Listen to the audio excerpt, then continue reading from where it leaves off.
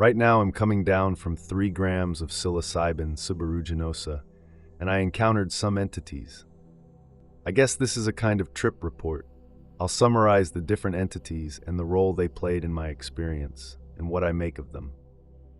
This began after 20 to 30 minutes from ingesting. I had headphones on in darkness, listening to the Johns Hopkins psilocybin playlist. The main entity, which presented as the mushroom itself, appeared as a phantom, dark and sleek, transforming and dancing in a ribbon-like fashion.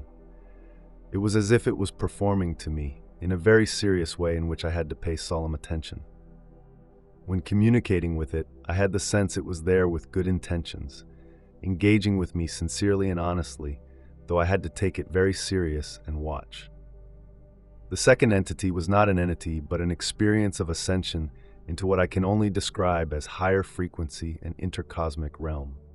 I'm doing my best to put this into language that represents the experience, but of course words won't work. First, I had a profound revelation of godness, which is oneness in its first point of complete experience, which was accompanied by visuals of Egyptian art and structures and sculptures. I felt the realization that this was a necessary first step in order to experience and travel further. Godness, which is what we are, is being purely as consciousness and not the body. I then followed this feeling and frequency and had an overwhelming sense of profundity upon stumbling upon what felt like a revealed secret of the universe. Everything is oneness, tricking itself. I instantly began smiling and laughing ear to ear, dumbfounded and awestruck by a true secret of the universe that explains it all. All distinctness is actually oneness. Yet the one tricks itself by pretending to be distinctness, and this is the essence of existence and the whole show of reality. But every time I got onto this, the mushroom phantom would intensify its performance, or present a more sinister set of visuals such as skulls, not so much to scare me, but to remind me of its presence.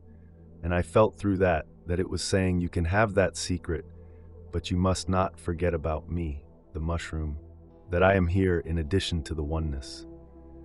It felt like a contradiction, and I haven't made sense of it, but it was paramount, and I made sure I told the phantom that I acknowledged it with the utmost respect and seriousness. During all of this, my sense of self was completely split and splintered. I was multiple entities, rotating between each suit or I as it felt, sometimes being them, sometimes observing them, sometimes both.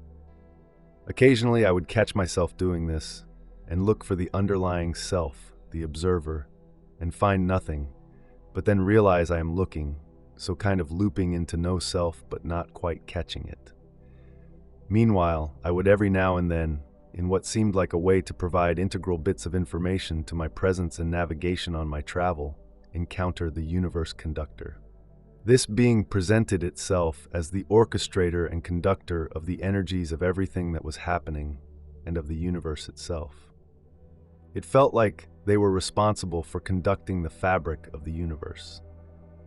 They communicated in phrases that I could understand, though it was clear that they were kind of reluctant and indignant that they had to speak in language and give me such obvious and basic instructions about such important things when they had universe conducting to do. Once it said, for interplanetary travel, you need the right gear, which meant that I needed to have the right frequency tuned in order to be with this experience in this place and witness it. But I obviously didn't know that and wasn't fully prepared, though I was figuring it out as I went. I later realized this meant, in part, having my set and setting impeccable and dealing with any emotional blockages that prevented accessing the required frequencies for travel. There was a cheeky, adventurous, curious, know-me type fellow that appeared, as a smiling old but tiny Englishman, coaxing me into what felt like an Alice in Wonderland type rabbit hole of fun. I tried to follow, but I couldn't get there, and then the phantom continued performing.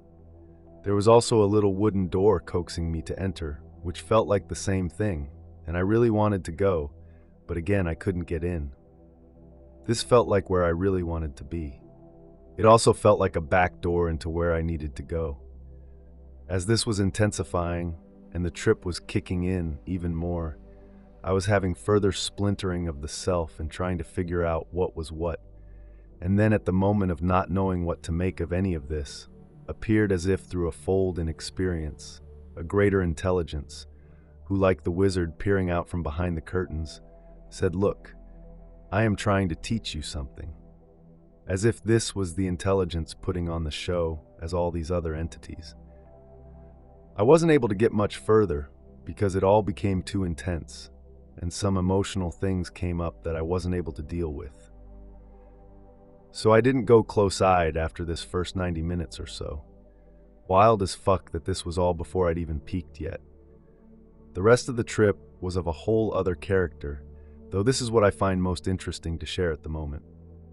I had both the sense that these were separate entities, especially the mushroom phantom, who I've encountered before, and the universe conductor, and the sense that the greater intelligence was putting on this show to teach me something which I may not have got to. The latter would correspond with the universe secret that all is oneness, tricking itself. But that itself was strongly qualified by the former, that the mushroom was separate. I had a strong sense that the mushroom was most certainly an intelligence I was communicating with, without a doubt. Whether this was the phantom or all of these entities as one, I don't know. I have a sense that it was both at the same time, and that this means something.